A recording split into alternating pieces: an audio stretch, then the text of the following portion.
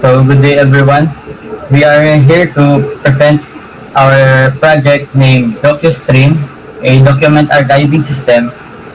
I am Rafael Steven together with my group mates, Bagon Juliana, Dehoya, John Eliser, and Orete Maxine.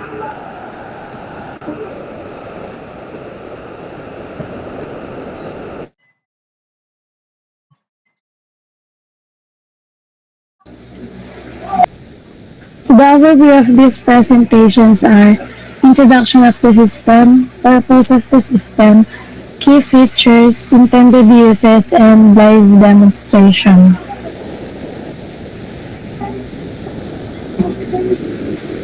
Purpose of the system. The generic document archiving system is a web-based system designed for schools to digitally manage and store various documents. It allows users to upload, retrieve, update, and archive digital records while providing administrative controls for user management, access permissions, and document validation. The system aims to streamline the management of school documents by transitioning from manual filling to a secure and searchable digital platform. It enhances efficiency, minimizes document loss, and provides role-based access for both general users and administrators. Intended users. Users and admin. Sa users, ano pa yung students, professors, and instructors, and etc.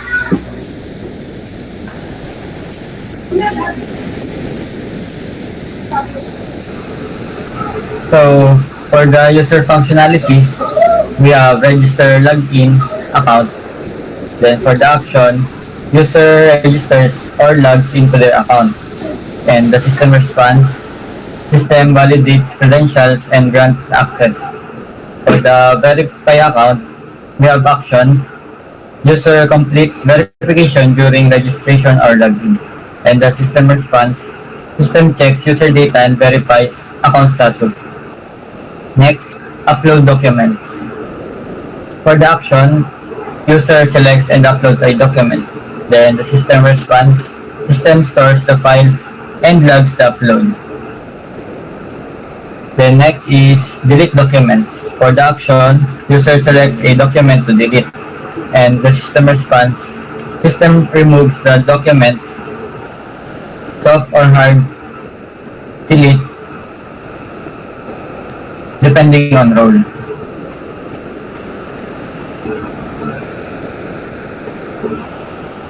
The next is retrieve documents. Action, user accesses stored documents, and the system responds, system returns available documents based on access permissions.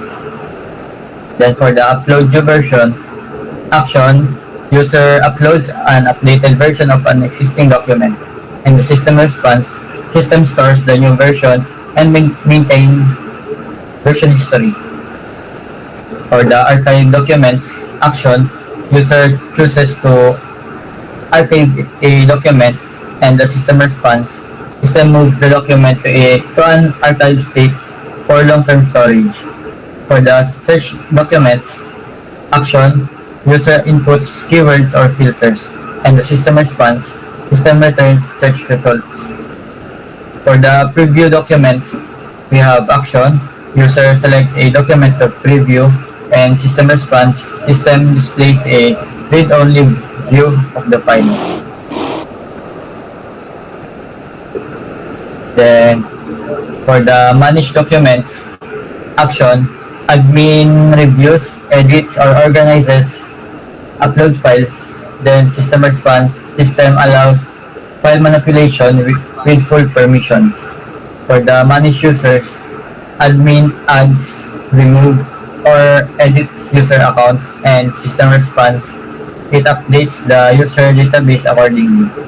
For the set document access control action, admin sets visibility and access level for the documents. Then system response, system enforces access rules per user role. And lastly, approve or reject documents. For the action, we have admin evaluates and either approves or rejects a document upload. Then the system responds, system updates document status and logs decisions.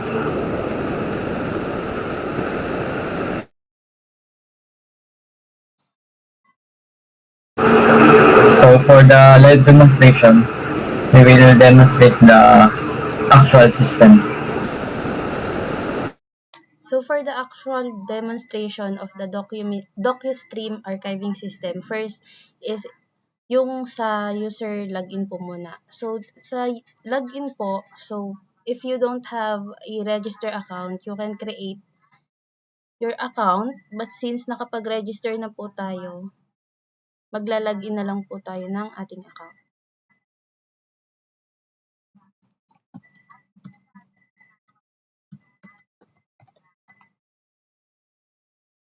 So once nakalagin tayo, so ito po yung magiging landing page or dashboard ng ating user account. So makikita natin dito yung dashboard, search, and then yung logout.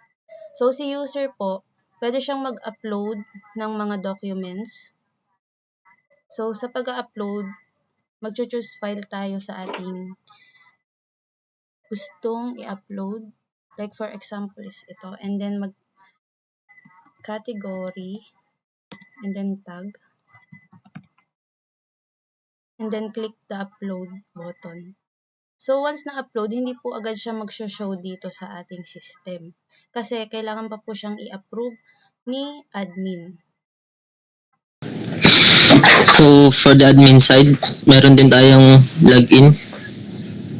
So enter the credentials of admin.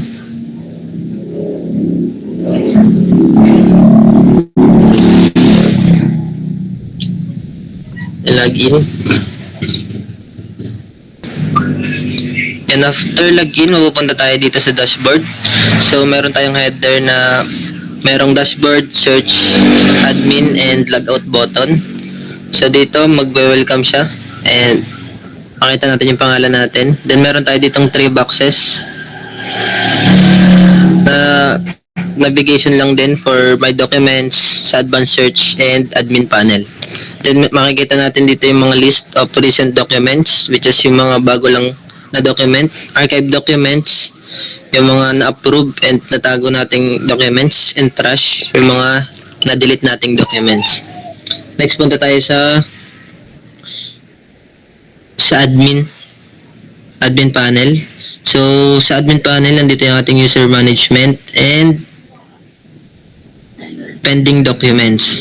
So in pending documents, dito natin ma-approve and reject yung mga documents na papasok sa system natin. So katulad ng kaninang in-enter ng user, which is the thesis. So pag in-approve natin siya by Juliana, so pag in-approve natin siya,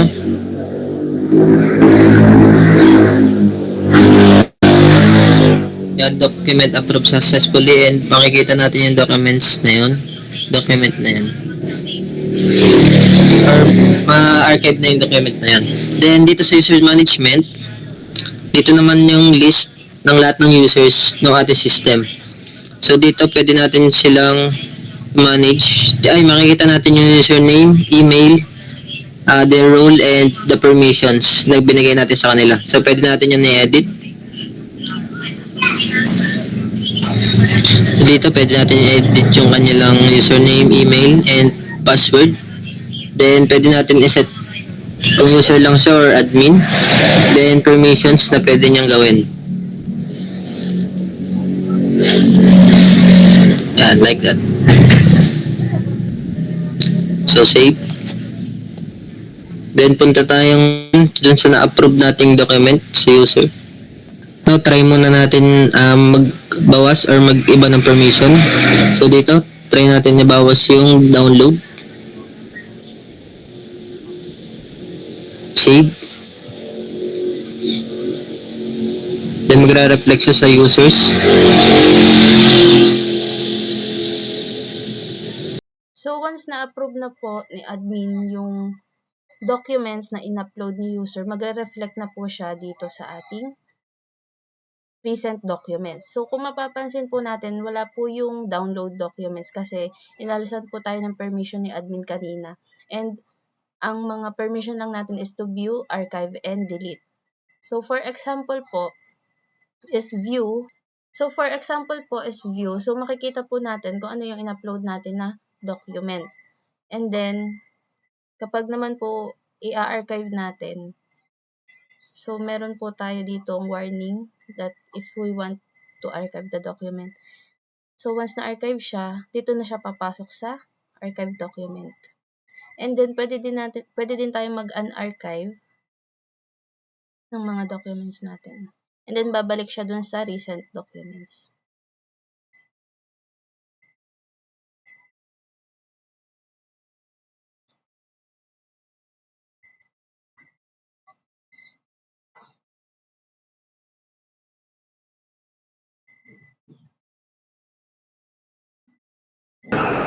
So that's all for our presentation. Thank you for listening.